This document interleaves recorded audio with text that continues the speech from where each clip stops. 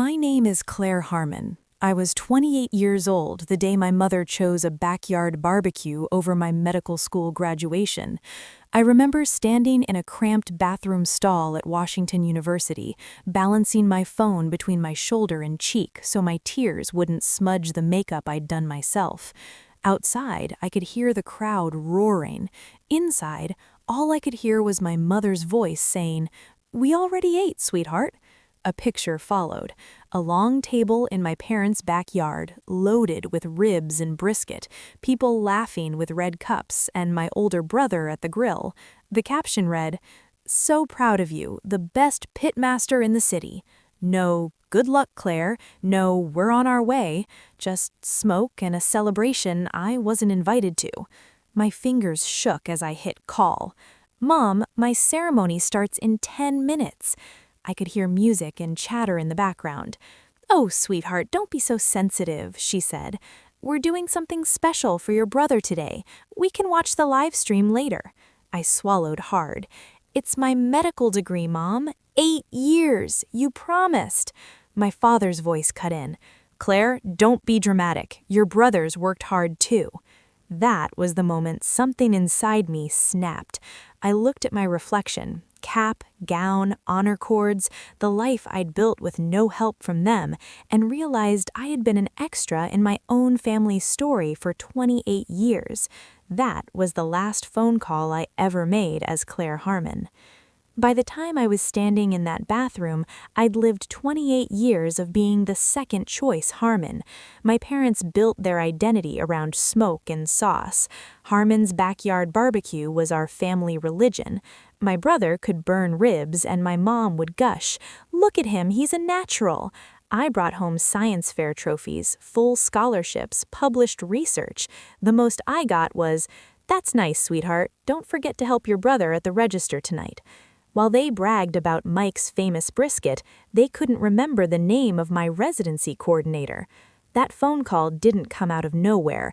It was the first time I truly heard what they'd been saying all along: "You will never be our main event." I walked out of that bathroom. The event coordinator was motioning people toward the stage. Other graduates clustered with parents, snapping tearful selfies. I walked alone. One classmate frowned. "Your family running late?" I smiled that tight smile. "They're watching from home." "That sucks," she said bluntly. "You're the smartest one. They should be front row." When my name boomed through the speakers, "Claire Harmon, Doctor of Medicine," I walked across that stage to polite cheers from faculty and zero from the people whose approval I'd been chasing since I could talk. After the ceremony, while others disappeared into flowers and hugs, I ducked into a side hallway. The family group chat was flooded with barbecue pictures.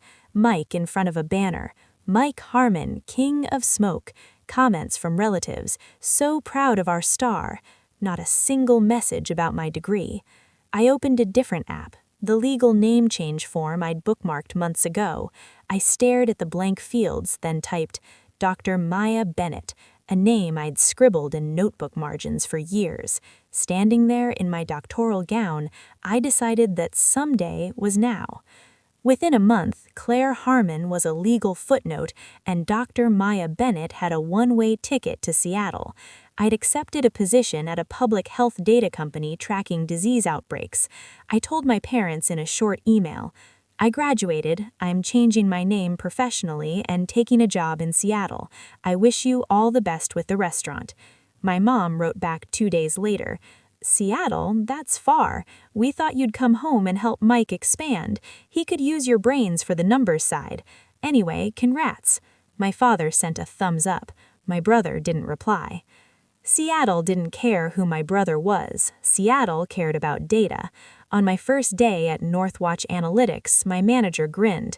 "We hunt ghosts in numbers here, little blips that tell us something bad is brewing. You ready to chase?" I was. I dove into hospital admissions, restaurant inspections, social media complaints. For the first time, my value was measurable in something other than plates carried during dinner rush. On Tuesday, a notification popped up, a cluster of severe gastrointestinal cases across 3 counties. The onset times were tight, symptoms intense, and patients all mentioned eating at the same chain. I pulled the restaurant name, Harmon Smokehouse. For a second, my brain refused to process it. Different region, same script. I clicked through more records. Bloody diarrhea, vomiting, E. coli hits. If this pattern held, they might be the source. I followed protocol, documented evidence. As days passed, dots on my screen multiplied. More hospitals, more patients. The state health department requested deeper analysis. This was an outbreak. The decision crystallized when we got a call from a pediatric ICU physician. He had 3 children in critical condition with the same E. coli strain. They'd all eaten at Harmon Smokehouse. I walked to my manager's office and disclosed my connection. My parents owned the original location. My brother ran the company. She recused me from policy recommendations, then asked if I wanted to tell them. I thought about those kids, about my brother grinning in front of banners, about my parents bragging that nobody ever got sick from our food. I wanted them held accountable. That night, I dialed my parents' number for the first time in a year. My mother answered. "Have you had reports of people getting seriously sick?" I asked. She hesitated. "A couple online complaints. Your brother says it's haters." My heart clenched. "People are in the hospital, Mom. Kids." My father's voice cut in. "You're accusing your own family's business of poisoning people?" I explained calmly. "Shut down temporarily, cooperate with inspectors, clean everything." "We're not shutting down," he snapped. "Do you know what that would do to your brother's bookings? This is his moment." There it was again. His moment, not the kids in the ICU. "If you don't," I said quietly, "the state will force you. They already have our reports." My brother's voice crashed in. "Is this about you being mad we didn't come to your little ceremony? You're sabotaging me over hurt feelings." "It was a medical degree," I snapped, "and I'm trying to stop people from getting hurt." He laughed. "You always thought your books were more important than real life." "Real life is a mother next to her kid's hospital bed because you didn't check your meat thermometer." My father barked, "Enough." The line went dead. The state moved fast. Within 2 weeks, inspectors visited multiple Harmon locations. The outbreak was officially declared. Local news ran segments warning people. My brother posted a video insisting they took safety seriously. I watched from Seattle. A week later, my mother emailed with subject line, "Thanksgiving." Mike was hosting a community cookout. City officials, reporters, bloggers would be there. "Come support your brother. Maybe we can talk." They wanted to use my doctoral as a prop in their redemption tour. I wrote back, "I'll be there." Thanksgiving morning, I walked up to Harmon Smokehouse. Same red-checked tablecloths, same neon pig sign, same smell of hickory, but new things too.